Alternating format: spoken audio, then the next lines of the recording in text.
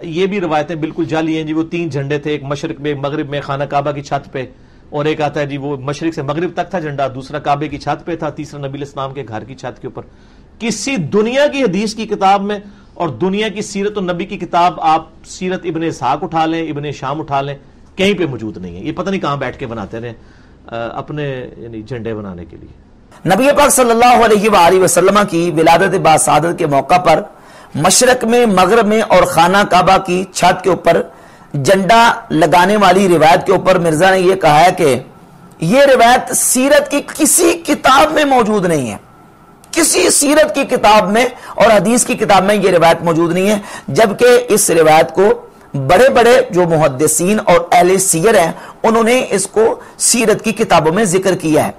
سردست ان میں سے ایک حوالہ یہ امام ابو نعیم الاصفہانی کی کتاب ہے دلائل النبوہ. ایک یہ امام ابو نعیم الاصفہانی کی کتاب ہے، اور یہ دوسری کتاب ہے دلائل النبوہ و معرفت و حوالے صاحب شریعہ. یہ نہیں، یہ دلائل النبوہ، یہ دلائل النبوہ امام بیکی کی ہے جو کہ 458 ہجری میں فوت ہوئے. اور ان سے پہلے یہ کتاب دلائل النبوہ سیرت کے اوپر کتاب لکھی ہے امام محدث ابو نعیم الاصفہانی نے المتوفہ 430 ہجری. انہوں نے اپنی کتاب دلائل النبوہ کی جلد نمبر 2 صفحہ نمبر 782 اور رقم نمبر 557 اس روایت کو ذکر کیا ہے کہ نبی پاک صلی اللہ علیہ وآلہ وسلم کی والدہ ماجدہ سیدہ آمنہ رضی اللہ تعالیٰ عنہ فرماتی ہیں رأیت 3 اعلام مضروبات، فرماتی ہے کہ میں نے اپنے لخت جگر کے ولادت باسعادت کے موقع پر 3 جھنڈے دیکھے، نصب کیے گئے، ایک جھنڈا مشرق میں، ایک جھنڈا مغرب میں، اور ایک خانہ کعبہ کی چھت کے اوپر نصب کیا گیا. یہ روایت امام ابو نعیم الاصفہانی اپنی کتاب دلائل النبوہ میں لے کے آئے، اور اسی روایت کو امام احمد قسطلانی جو کہ صحیح بخاری کے شارح ہیں، جن کی کتاب ہے الارشاد الساری شرح صحیح البخاری، یہ وہی امام احمد قسطلانی ہیں، ان کی کتاب المواہب الدنیا، المواہب الدنیا میں امام احمد قسطلانی نے اس کو ذکر کیا. اور تیسرا حوالہ امام جلال الدین اسیوطی رحمۃ اللہ کی کتاب ہے الخصائص الکبریٰ شریف، اور اس کی جلد نمبر 1 اور صفحہ نمبر 82 پر امام سیوطی رحمۃ اللہ تعالی نے اس واقعے کو ذکر فرمایا ہے.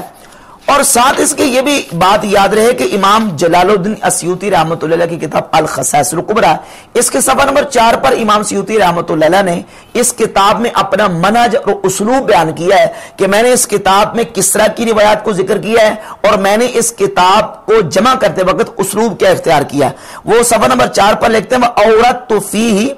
كُلَّ مَا وَرَدَ وَنَزَّهْتُهُ عَنِ الْأَخْبَارِ الْمَوْضُوعَةِ، کہتے ہیں کہ میرے موضوع سے متعلقہ جتنی روایت وارد ہوئی ہیں ان روایات کو میں نے اپنی اس کتاب میں ذکر کیا ہے. وَنَزَّهْتُهُ عَنِ الْأَخْبَارِ الْمَوْضُوعَةِ، اور میں نے جعلی اور من گڑت احادیث سے اور روایات سے اپنی کتاب کو پاک رکھا ہے. اور وہی امام سیوطی رحمۃ اللہ اس 3 جھنڈوں والی روایت کو اپنی اس کتاب الخصائص الکبریٰ شریف جلد نمبر 1 کے صفحہ نمبر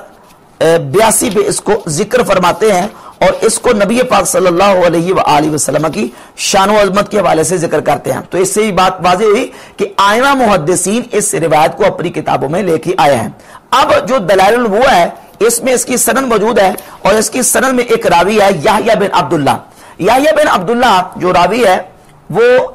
راوی ثقہ درجے کا نہیں ہے، ضعیف راوی ہے، محدثین نے اس پر جرح کیا ہے. لیکن یہ بات یاد رہے کہ یہ جو روایت اور واقعہ ہے یہ نبی پاک صلی اللہ علیہ وآلہ وسلم کے فضائل و کمالات اور حضور علیہ السلام کے مناقب کے حوالے سے ہے. اور محدثین کا درجنوں کتابوں میں محدثین کے یہ اصول اور ضابطہ جو ہے وہ موجود ہے. سردست ان میں سے یہ کتاب ہے الاذکار، امام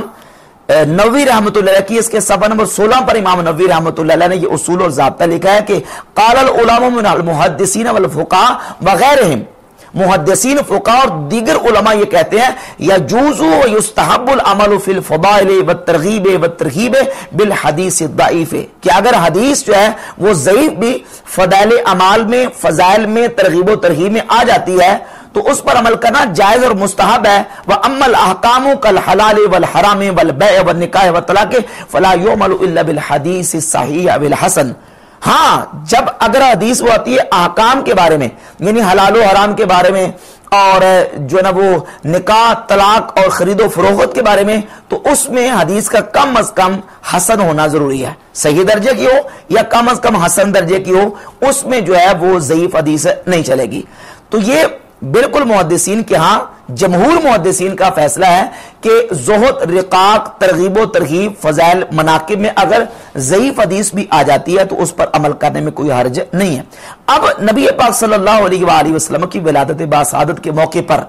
جنوں کا نسب کیا جانا یہ نبی علیہ الصلوۃ والسلام کے فضائل اور مناقب میں ہے۔ اور پھر یہ جو جھنڈا لہرانا یہ کسی کی عظمت اور شان و شوکت کے اظہار کے لیے ہوتا ہے۔ 14 اگست کے موقع پر پاکستان کا جھنڈا لہرایا جاتا ہے، اور سعودیہ میں جب سعودی عربیہ اسٹیٹ جو ریاست قائم ہوئی ہے، سعودی جو نجدیوں نے ریاست قائم کی، وہ اس دن کو عید الوطنی کے نام سے جو ہے نا وہ اس کو انہوں نے موسوم کیا ہوا ہے۔ عید الوطنی کے موقع پر سعودی عرب کا جھنڈا لہراتے ہیں، اور باقاعدہ جھنڈے نہ صرف لہراتے اور اویزاں کرتے بلکہ وہ جھنڈے پہنتے ہیں، اور وہ جھنڈے جس کے اوپر کلمہ شریف لکھا ہوا ہے لا الہ الا اللہ محمد الرسول اللہ صلی اللہ علیہ وآلہ وسلم، اس جھنڈے لہرانے پر اور ان جھنڈوں کے اویزاں کرنے پر کوئی اعتراض نہیں ہے۔ پاکستان میں 14 اگست کے موقع پر جھنڈا لہرایا جائے کوئی اعتراض نہیں۔ تو نبی پاک صلی اللہ علیہ وآلہ وسلم کی ولادت باسعادت کے موقع پر اہل ایمان اور اہل محبت اپنے آقا مولا صلی اللہ علیہ وآلہ وسلم کی ذات اقدس کی ولادت کی خوشی میں حضور کی عظمت کے اظہار کی خاطر جھنڈا لہرائیں، تو اس پر بدعت کا فتویٰ کیوں داغا جاتا ہے، جبکہ اس کا ذکر بھی سیرت اور فضائل کی کتابوں میں موجود ہے؟ اگرچہ وہ ہم تک جو روایت اور واقعہ پہنچا ہے وہ روایت اور واقعہ وہ اس درجے کا صحیح نہیں ہے۔ اب دیکھیں یہاں جو کہا جاتا ہے کہ حدیث ضعیف ہے، ضعیف کا مطلب یہ ہے کہ اس کا ذریعہ کمزور ہے، یعنی ہم تک پہنچنے کا جو ذریعہ ہے وہ ذریعہ